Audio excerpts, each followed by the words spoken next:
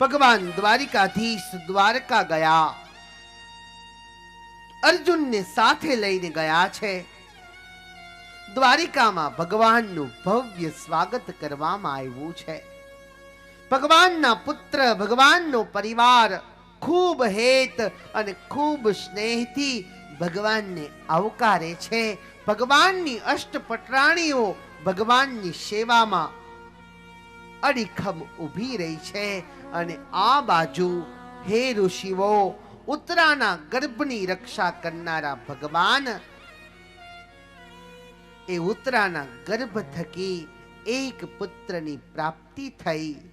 નામ આપવામાં આવ્યું છે પરીક્ષિત. પુત્રની પ્રાપ્તિ થવાથી પાંચેય પાંડવોના પરિવારમાં ખૂબ આનંદ અને ઉત્સાહ છે. ગરીબોને ધાન્ય, વસ્ત્ર અને આભૂષણ આદિકના દાન કરવામાં આવ્યા છે. યુધિષ્ઠિર રાજાના રાજ્યમાં પ્રજા ખૂબ સુખી છે. આમ ધીમે ધીમે સમય હવે વ્યતીત થઈ રહ્યો છે. એક દિવસનો સમય છે. રાત્રિના સમયે વિદુર ધૃતરાષ્ટ્ર જ્યાં સૂતા છે ત્યાં આવી અને ધૃતરાષ્ટ્રને કહે છે, અહો મહીયસી જંતોર જીવિતાસા યયા ભવાન ભીમેના વર્જિતમ પિંડમ ગાદતે ગૃહપાલવત. મોટા ભાઈ, આ પાંડવોની સેવા સ્વીકારતા શરમ નથી આવતી? આ ભીમ તમારી પગની ચંપી કરે છે. મોટા ભાઈ, એક દિવસ આજ ભીમના ભોજનમાં તમે તમારા હાથે વિષ ભેળવું તો જરા પણ શરમ નથી આવતી? આ પાંચ પાંડવો અડીખમ રહીને તમારી સેવા કરે છે. આ પાંચ પાંડવો લાક્ષા ભવનમાં ગયા અને પાછળથી આગ લગાવવાનું કૃત્ય તમે કર્યું તું. મોટા ભાઈ, શરમ નથી આવતી? પણ ધૃતરાષ્ટ્ર એક શબ્દ પણ બોલી શકતા નથી. વિદુર કહે છે, મોટા ભાઈ, તમારી ઉપર કાળ છે ને, એ બેઠો છે. હજી પણ આપણી પાસે સમય છે. આપનો સમય સુધારી લો. અને વિદુરના આવા શબ્દ સાંભળી રાત્રિના સમયે ધૃતરાષ્ટ્ર અને ગાંધારી હસ્તિનાપુરના મહેલનો ત્યાગ કરી વનની અંદર જઈ અને વનમાં પોતે કરેલા કુકર્મ, પોતે કરેલા પાપ, એના પસ્તાવો કરવા લાગ્યા છે. ઈશ્વરનું ભજન કરવા લાગ્યા છે. સવારનો સમય થયો. યુધિષ્ઠિર મહારાજનો નિત્યક્રમ ધૃતરાષ્ટ્રને પગે લાગવા જાય. મહેલમાં નથી ધૃતરાષ્ટ્ર કે નથી ગાંધારી. દુખી થયા. નારદજીએ સાંત્વના આપી કે જે થયું એ સારું થયું છે, સારું થવાનું છે, તમે ચિંતા ન કરો. અને આ બાજુ યુધિષ્ઠિર મહારાજના રાજ્યમાં હસ્તિનાપુરની પ્રજા એ આનંદિત છે. સમય પછી સમય વ્યતીત થઈ રહ્યો છે. યદુવંશીઓને નિમિત્ત બનાવી પ્રાચીના પીપળે સંતોના અપરાધથી યદુકુળનો નાશ થયો. ભગવાન દ્વારિકાધીશ ઘોર નિરાશામાં ભાલકા તરફ આવે અને જરા નામનો પારધી એક તીર મારી ભગવાન એ તીરનો સ્વીકાર કરે. વાલીએ આપેલો શ્રાપ ભગવાન એને શિરોધાર્ય કરે. ભગવાન સ્વધામ ગમન થયા છે. દ્વાપર પૂરો થયો અને કલીનો પ્રારંભ થયો છે. શુદ્ધ પુરાણી મહારાજ સાવધાન કરતા કહે છે, ઋષિઓ, ચંદ્રવંશનો શીતળતા આપનારો ભગવાન દ્વારિકાધીશ સ્વધામ ગમન થયા અષ્ટપટરાણીઓને સાથે લાવતા અર્જુન એ અર્જુનને સામાન્ય કુબાઓએ લૂંટી લીધા. અર્જુન કંઈ નથી કરી શક્યા. યુધિષ્ઠિર મહારાજ એક દિવસ નગર યાત્રા કરવા માટે ગયા છે. જોવે તો યુધિષ્ઠિરની નગર યાત્રામાં વિચિત્ર વસ્તુઓ યુધિષ્ઠિર મહારાજને દેખાય છે. ઘરની અંદર મોટા મોટા તાળાઓ મારેલા છે. આજથી પહેલા યુધિષ્ઠિરના રાજ્યમાં વસ્તુ ક્યારે જોવા નહોતી મળી. રાત્રે કૂતરાઓ ભોંકે છે, ગીદડાઓ ભાંભરે છે. સારાએ પાંડવ પરિવારને અપશુકનો થવા લાગ્યા. યુધિષ્ઠિર ભીમને બોલાવીને કે છે, મજલે ભૈયા, અર્જુન ગયો, એને ઘણો સમય થઈ ગયો. ભગવાન દ્વારિકાધીશ ગયા, એને ઘણો સમય થઈ ગયો. કઈ સમાચાર નથી આવતા. મજલે ભૈયા, મને ચારેય તરફ અપશુકનો થતા હોય ને એવું લાગે છે. મને દ્વારિકાધીશ યાદ આવે છે, મને અર્જુન યાદ આવે છે. આટલું બોલ્યા ત્યાં તો અર્જુન હસ્તિનાપુરના રાજમહેલમાં પ્રવેશ કરે. યુધિષ્ઠિરના ચરણોમાં પડીને કહે, મોટા ભાઈ, આપણે લૂંટાઈ ગયા, આપણે લૂંટાઈ ગયા. પણ પાર્થ, શું થયું? મોટા ભાઈ, આપણો ભગવાન આપણને મૂકીને જતો રહ્યો. આપણો ભગવાન આપણને મૂકીને જતો રહ્યો. અને કૃષ્ણ વિહોણું જીવન એ પાંડવો માટે શુષ્ક લાગવા લાગ્યું છે. પાંડવોએ નક્કી કર્યું, કૃષ્ણ વગર અમારે નથી જીવવું. હસ્તિનાપુરનું રાજ્ય પરીક્ષિત મહારાજને બેસાડી એ રાજ્ય સોંપી રાજ્ય અભિષેક કરી અને સારું એ પાંડવ કુળ એ સ્વર્ગારોહણ તરફ ગતિમાન થયું છે.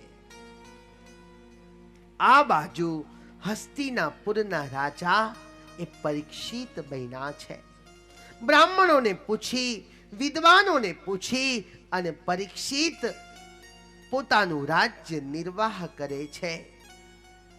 સમય પછી સમય વ્યતીત થયો. એક દિવસ પરીક્ષિત પોતાના રાજ્યમાં રાજમહેલમાં રાજ સિંહાસન ઉપર બેઠા છે અને ત્યાં પરીક્ષિતની દ્રષ્ટિ એક પટારા ઉપર પડી છે. દ્રષ્ટિ પટારા ઉપર પડી.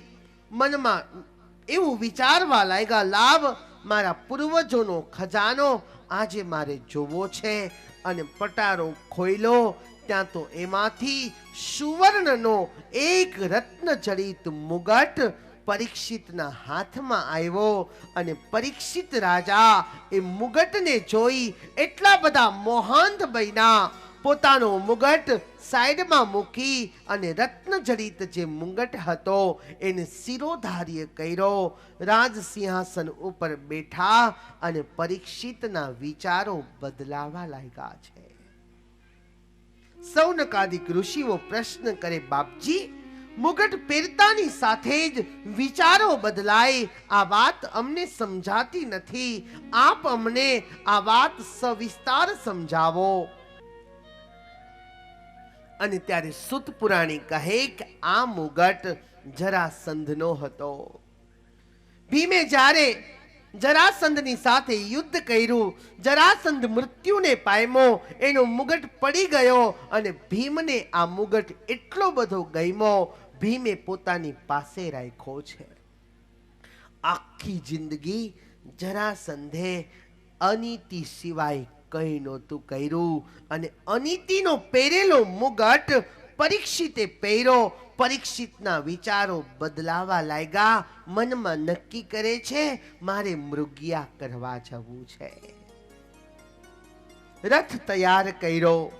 હે ઋષિઓ, જે રથ ઉપર બેસી અધર્મનો નાશ કરી અને ધર્મની સ્થાપના કરવામાં આવી હતી, એ જ રથ ઉપર બેસી અને પરીક્ષિત વનની અંદર મૃગયા કરવા માટે જાય છે. શિકાર કરવા માટે પરીક્ષિત વનમાં ગયા. શિકાર કરતા આવડતું નથી. તીર મારે એક પણ શિકાર એ સધાતો નથી. પરીક્ષિત થાકી ગયા, પ્યાસ લાગી છે, તરસ લાગી છે. બાજુમાં સમીક મહારાજનો આશ્રમ છે. શમીકના આશ્રમમાં પ્રવેશ કરે, જુએ તો આંખો બંધ કરી સમાધિમાં સમીક મહારાજ બેઠા છે. પરીક્ષિત મનમાં વિચાર કરે, આ સાધુ ઢોંગ કરે છે. આજે હસ્તિનાપુરનો સમ્રાટ એના આશ્રમમાં આવે, એનું સ્વાગત થવું જોઈએ, એની આગતા સ્વાગતા થવી જોઈએ. આ સાધુ સમાધિમાં બેસી અને ઢોંગ કરે છે. અનિતિનો મુગટ પહેરો, વિચાર પણ બદલાઈ ગયા. ઘટના એવી ઘટી, સર્પ બરાબર જતો તો તીરથી સર્પને મારી અને મૃત સર્પ એ સમીક મહારાજના ગળામાં પહેરાવી દીધો. સંતોને પુષ્પમાળા પહેરાવી એની પાસેથી આશીર્વાદ માંગતો હસ્તિનાપુરનો એ સમ્રાટ આજે અનિતિના મુગટને પહેરવાથી વિચારો બદલાયા. મૃત સર્પ સંતને પહેરાવે અને આ સમાચાર શમીક પુત્ર જે શૃંગી હતા એને મળ્યા છે. કોઈ મિત્રએ શૃંગીને કીધું છે કે શૃંગી, તમે અહીંયા નદીમાં સ્નાન કરો છો, વા તમારા પિતાનું ઘોર અપમાન થયું છે. શૃંગી, તમારા પિતાના ગળામાં કોઈ રાજાએ મૃત સર્પ પહેરાવી તમારા પિતાનું અને ભારતીય સંસ્કૃતિનું અપમાન કર્યું, અને પિતાનું અપમાન એ શૃંગી સહન ન કરી શક્યા. જે નદીમાં સ્નાન કરતા હતા, હાથમાં અંજલિ લીધી અને શૃંગીએ પ્રતિજ્ઞા કરી, ઇતિ લંઘિત મર્યાદમ તક્ષકા સપ્તમે હની. ક્રોધાવેશમાં આવેલા શૃંગીએ શ્રાપ આપ્યો, જેને વેદની, શાસ્ત્રની, ધર્મની મર્યાદાનું ઉલ્લંઘન કર્યું છે. મારા નિરપરાધ પિતાના ગળામાં મૃત સર્પ જેને પહેરાવ્યો છે, એનું આજથી 7મા દિવસે નાગોના રાજા તક્ષકથી મૃત્યુ થજો, તક્ષકથી મૃત્યુ થજો, તક્ષકથી મૃત્યુ થજો. આમ અંજલિ એ નીચે મૂકી અને શ્રાપ આપ્યો છે. દોડતા દોડતા શૃંગી આશ્રમમાં આવે, પિતાના ગળામાં મૃત સર્પ જુએ અને સર્પને દૂર કરી પિતાના ખોળામાં રુદન કરવા લાગે છે. શિશુ રુદન શમીક સાંભળે, સમાધિમાંથી જાગૃત થઈને પૂછે, બેટા રડવાનું કારણ પૂછી શકું? પિતા, કોઈ રાજાએ તમારું અપમાન કર્યું છે. પિતા, આપણે વનની અંદર રહીએ છીએ, ઈશ્વરનું ભજન કરીએ છીએ, ઈશ્વરની આરાધના કરીએ છીએ, નિરપરાધ થઈને રહીએ છીએ. એક રાજા આવી અને તમારું અપમાન કરી જાય, તમારા ગળામાં મૃત સર્પ પહેરાવી જાય. પિતા, તમારું અપમાન મારાથી સહન ન થયું, મેં એને શ્રાપ આપ્યો છે. અને ત્યારે શમીક મંદ મંદ હસતા કહે, બેટા સંત છીએ, આપણાથી ક્રોધ ન કરાય. બેટા, આપણે આપણો સ્વભાવ ક્યારેય ન છોડવો જોઈએ. પણ પિતા, તમારો અપરાધ એ મારાથી સહન ન થયો. આંખો બંધ કરી અને સમીક મહારાજ જુએ, આખી ઘટના સમીક જુએ, ત્યાં તો ખબર પડી કે બીજું કોઈ નહીં, આ તો હસ્તિનાપુરના સમ્રાટ રાજા પરીક્ષિત છે. શમીક શૃંગીને કહે છે, બેટા જાવ, તમારો શ્રાપ તો મિથ્યા નહીં થાય, પણ જે રાજાને તમે શ્રાપ આપ્યો છે એને જઈ અને તમે ચેતવી આવો. એને જઈને તમે કહો કે આજથી 7 દિવસ પછી તક્ષક નાગથી તમારું મૃત્યુ છે. પિતાનો આદેશ થયો. શૃંગી પોતાના મિત્રને લઈને હસ્તિનાપુરમાં આવે છે. આ બાજુ હે ઋષિઓ, મૃગ્યા કરવા ગયેલા રાજા પરીક્ષિત પોતાના રાજ્ય મહેલમાં આવે, મુંગટ ઉતારી સાઈડમાં મૂકે, રાજ સિંહાસન ઉપર બેસે. ત્યાં તો એને ખબર પડી કે આજે એક સંતનો અપરાધ મારાથી થઈ ગયો છે. અને એ જ સમયે શૃંગી અને એના મિત્રો એની પાસે આવી અને પરીક્ષિતને કહે છે કે રાજન, તમે મારા પિતાનો અપરાધ કર્યો, એક સંતનો અપરાધ કર્યો, એક રાજા થઈ તમે સંસ્કૃતિનું ઉલ્લંઘન કર્યું. મેં તમને શ્રાપ આપ્યો છે, આજથી 7મા દિવસે તક્ષક નાગથી તમારું મૃત્યુ છે. તમારી પાસે 7 દિવસ છે. You have only 7 days. તમારી પાસે માત્ર ને માત્ર 7 દિવસ છે. તમે તમારું મૃત્યુ સુધારી લો. અને પરીક્ષિત મહારાજે પોતે કરેલો અપરાધ એનો અંગીકાર કર્યો છે. પોતે કરેલો શ્રાપ એને શિરોધાર્ય કરી શૃંગી ઋષિના ચરણોમાં પડીને કહે, મહારાજ, આપ દયાળુ છો, આપ ધારો ને તો એક દિવસમાં મારું મૃત્યુ નિર્ધારિત કરી શકત. આપ ધારતના તો એક ક્ષણમાં મારું મૃત્યુ નિર્ધારિત કરી શકત. પણ આપે મને 7 દિવસ આપ્યા છે. આપે મારા ઉપર બહુ મોટી કૃપા કરી આપનો શ્રાપ હું શિરોધાર્ય કરું છું. સવારનો સમય થયો છે. પોતાના જ્યેષ્ઠ પુત્ર જન્મય જઈને હસ્તિનાપુરની ગાદી સોંપી અને પરીક્ષિત પોતાના મૃત્યુને સુધારવા ગંગા કિનારે આવે છે. સાધુ સંતોના બેસણા જુએ, સંતોના ચરણોમાં પડી વંદના કરે, બાપજી, મારી પાસે માત્ર 7 દિવસ છે. મારે 7 દિવસમાં મારું મૃત્યુ સુધારવું છે. આપ મને કંઈક ઉપાય બતાવો. મેં એક સંતનો અપરાધ કર્યો છે બાપજી. મેં કરેલી ભૂલનો મને પશ્ચાતાપ છે. મારે 7 દિવસમાં મારું મૃત્યુ સુધારવું છે. અને ત્યારે સંતો કહે, રાજન, આ સાધુઓને જુઓ, વર્ષો સુધી તપ કરે છે, શરીરનું માંસ સુકાઈ ગયું, માત્ર હાડકા છે, શરીર ઉપર રાફડા થઈ ગયા, છતાંય ભગવાન આવશે કે નહીં એનું કંઈ નક્કી નથી. રાજા, તારી પાસે 7 દિવસો છે. ભગવાન 7 દિવસમાં મળશે કે નહીં એની જવાબદારી અમે નથી લેતા. આજે પરીક્ષિતના ગુરુ થવા માટે કોઈ તૈયાર નથી. અને ગંગાના કિનારે હસ્તિનાપુરનો સમ્રાટ પોતે કરેલી ભૂલનો પશ્ચાતાપ કરી એક ખૂણામાં બેસી અને હિબકે રુદન કરે. અને એ જ સમયે ગર્ભ યોગેશ્વર સુખદેવજી મહારાજનું ત્યાં આગમન થયું છે.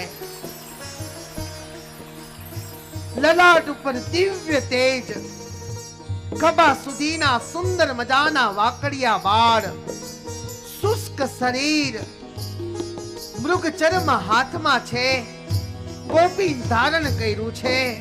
અને સુખદેવજી મહારાજ ત્યાંથી ધીમે ધીમે વિચરણ કરી રહ્યા છે. સુખદેવજી મહારાજની દ્રષ્ટિ પરીક્ષિત ઉપર પડી.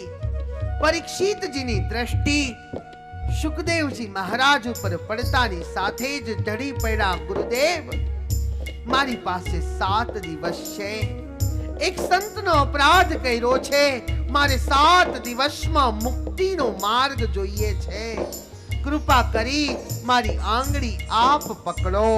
અને પસ્તાવાની આગમાં જ્યારે પરીક્ષિત ભભૂકતા હતા, મૃગચર્મ પાથરું પરીક્ષિતને બાજુમાં બેસાડીને કે, રાજા, ચિંતા ન કર, તારી પાસે તો 7 દિવસ છે. રાજન, ખટવાંગને ખબર પડી કે મારું મૃત્યુ હવે નજીક છે, તો ખટવાંગે બે ઘડીમાં પોતાના મૃત્યુને સુધાર્યું. તું રાજા, તારી પાસે તો 7 દિવસ છે, ચિંતા ન કર. મને જે ભગવાન મળ્યા છે એ ભગવાન હું તને આપીશ. અને પરીક્ષિત મહારાજ સુખદેવજી મહારાજનું પૂજન કરે. સુખદેવજી મહારાજનું પૂજન કરી, ગુરુનું પૂજન કરી, અધિકારી શ્રોતા બની અને બાજુમાં બેસી ગયા છે. પરીક્ષિતે ગુરુનું પૂજન કર્યું છે. સુખદેવજી મહારાજ કહે છે, રાજન, તે કરેલી ભૂલ એનો પસ્તાવો તને છે. તારા મનમાં કોઈ સંશય હોય ના તો તું મને બતાવ. રાજા, તારા સંશયને ટાળવા માટે હું તને મારી પિતાએ આપેલી ભગવાનની દિવ્ય કથાનું શ્રવણ કરાવીશ. મારી કથાથી તારા મનના સંશય ટળશે. તારા મનમાં કોઈ સંશય હોય તો તું રજૂ કર. અને પરીક્ષિત મહારાજ બે હાથ જોડીને કહે, અતઃ પૃચ્છામિ સંસિદ્ધિ યોગીનામ પરમમ ગુરુમ પુરુષ સ્યેહ યત કાર્યમ મ્રિયમાનસ્ય સર્વથા. હે ગુરુદેવ, જે જીવાત્માનું મૃત્યુ નજીક હોય એવા જીવે સાંભળવું શું? જે જીવાત્માનું મૃત્યુ નજીક હોય એવા જીવે સંભાળવું શું? અને જે જીવાત્માનું મૃત્યુ નજીક હોય એ જીવાત્માએ સંઘરવું શું? કૃપા કરી મારા મનનો સંશય તમે ટાળો. અને પરીક્ષિતના પ્રશ્નનું પ્રત્યુત્તર સુખદેવજી મહારાજ દ્વિતીય સ્કંદની અંદર આપે છે. અહીંયા આવો ભાગવતજીના પ્રથમ સ્કંદ રૂપી પુષ્પ ભગવાનના શ્રી ચરણોમાં સમર્પિત કરીએ.